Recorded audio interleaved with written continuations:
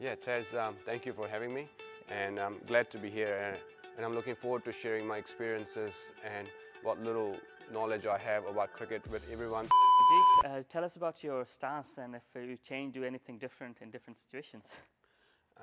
My stance is generally pretty consistent, and that is usually I kind of stand, I'll show you this way. So I stand about shoulder width apart, and in my stance, my back foot generally is further away from me. So say, for example, when I go into bed, I normally take a off stump guard, and that's where my back foot will be, and I'll mark that. And then in my front foot, I'll mark leg stump, and that's kind of that's how open I want to be in my stance.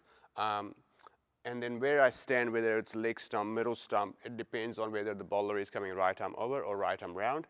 If, say, for example, bowler is coming right arm over, I generally tend to be on slightly middle stump and with slightly more open.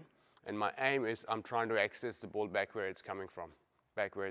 Generally, because that's the most dangerous ball for me, is ball coming back into me and hitting my pad. So I'm really focused on that. So to allow me to navigate that, I tend to be slightly open with my front foot.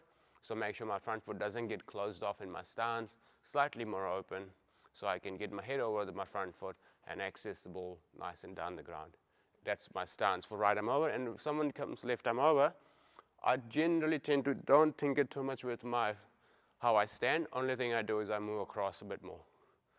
Again, reason being I want to be closer to the ball a bit more. And again, my second point is I'm trying to hit the ball back where it's coming from, or if anything, slightly straighter to where the stumps are. So I try and align myself here and make sure I'm nice and over the ball. So I just tend to move across rather than tinker too much with my width of my foot. There are times when I do tinker with my width of the foot, is depending on the pitch. Say, for example, we're playing on a faster, bouncier surface, I tend to have a slightly narrower stance. Then I'm slightly more taller because the ball is bouncing a lot more. So I don't want to be too low in my stance when the ball is bouncing high. So I tend to be slightly narrower in my stance and a bit more taller, so I can get on top of the ball. I can get on top of the bounce.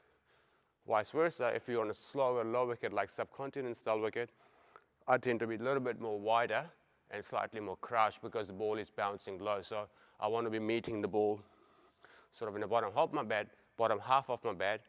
If I'm taller, it's going to be harder for me to time the ball, so I tend to be slightly more wider so I can be a little bit more closer to the ball which is bouncing lower. So those are the things that I play around with in my stance. Cool, thank you.